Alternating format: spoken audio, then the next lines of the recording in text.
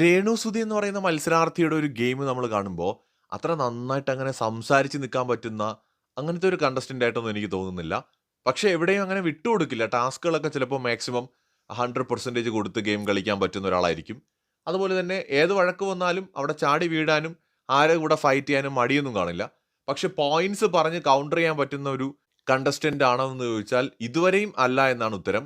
Big boss വീട്ടിലെ പലരും രേണുവിനെ ഒരു ഈസി ടാർഗറ്റ് ആയിട്ട് കാണുന്നുണ്ട്. കാരണം അവര് ബിഗ് ബോസ് വീട്ടിനകത്തേക്ക് കയറുമ്പോൾ ഭയങ്കര നെഗറ്റീവായിട്ട് നിൽക്കുന്ന ഒരാളാണല്ലോ. അപ്പോൾ ഈസി ടാർഗറ്റ് ആയിട്ട് കാണുന്നുണ്ട്. അതുകൊണ്ടാണ് കുഞ്ഞു കുഞ്ഞു കാര്യങ്ങളൊക്കെ രേണുവിന്റെ ഭാഗത്ത് കാണുമ്പോൾ അവര് ഫൈറ്റ് ചെയ്യാനായിട്ട് ഇറങ്ങുന്നത്.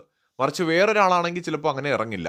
രേണുവിനെ സംബന്ധിച്ചിടത്തോളം നെഗറ്റീവ്സ് ഒന്നും അവർക്കൊരു പ്രശ്നമല്ലാത്തതുകൊണ്ട് എന്തും ഫേസ് ചെയ്യാൻ തയ്യാറായിട്ട് തന്നെയാണ് അവിടെ നിൽക്കുന്നത്. അങ്ങനത്തെ ഒരു കണ്ടസ്റ്റന്റിന്റെ അടുത്ത് പോയി വഴക്കുണ്ടാക്കുക എന്ന് പറയുന്നത് ശരിക്കും ഒരു മണ്ടൻ സ്ട്രാറ്റജിയാണ്.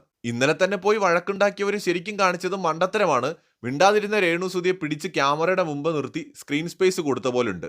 മാത്രമല്ല ഇൻട്രസ്റ്റിംഗ് ആയിട്ടുള്ള കാര്യം, ബിഗ് ബോസിനകത്ത് കയറുന്നതിന് മുമ്പ് രേണു സുധി കേട്ടിട്ടുള്ളത് പോലത്തെ വിമർശനങ്ങൾ അതിന്റെ പകുതി പോലും സഹിക്കാൻ ശേഷിയില്ലാത്തവരാണ് ഇന്നലെ രേണു സുധിയായിട്ട് ഫൈറ്റ് ചെയ്തത്. അതത്ര എളുപ്പമല്ലെന്നേ. സൈബർ ഇടങ്ങളിൽ ഉണ്ടാവുന്ന സോഷ്യൽ മീഡിയ വിമർശനങ്ങളെ സർവൈവ് ചെയ്യുക എന്ന് പറയുന്നത് ഒരു വലിയ കടമ്പയാണ്. അത് കടന്നു നിൽക്കുന്ന രേണു സുധിക്ക് തലവേദനയുടെ പേരിലുള്ള വഴക്കൊക്കെ നല്ല മാനിനെയും പോത്തിനെയും ഒക്കെ പിടിച്ച് തിന്നുന്ന, സ്ഥിരം തിന്നുകൊണ്ടിരിക്കുന്ന ഒരു കടുവയുടെ മുമ്പിൽ ഒരു ചിക്കൻ കാല് കൊണ്ടിട്ട് കൊടുക്കുന്ന പോലെ ഉണ്ടാവുള്ളൂ. വലിയ വലിയ സംഭവമൊന്നുമല്ല അവരെ സംബന്ധിച്ച്. രേണു സുധിയെ ഡീൽ ചെയ്യേണ്ടത് ഇങ്ങനെ ഫൈറ്റ് ഉണ്ടാക്കിയിട്ടല്ല, ഒന്നുകിൽ പൂർണ്ണമായിട്ട് ഇഗ്നോർ ചെയ്തുകൊണ്ട്, അല്ലെങ്കിൽ അവരുടെ ഗെയിമിനെ എക്സ്പോസ് ചെയ്തുകൊണ്ട് ആ രീതിയിൽ മാത്രമേ അവരെ കൗണ്ടർ ചെയ്യാൻ പറ്റുള്ളൂ. അല്ലാതെ അവരുമായിട്ട് വഴക്കുണ്ടാക്കി സിമ്പതി ക്രിയേറ്റ് ചെയ്യുന്നത് ശരിക്കും ഒരു റോങ് സ്ട്രാറ്റജി ആയിരുന്നു.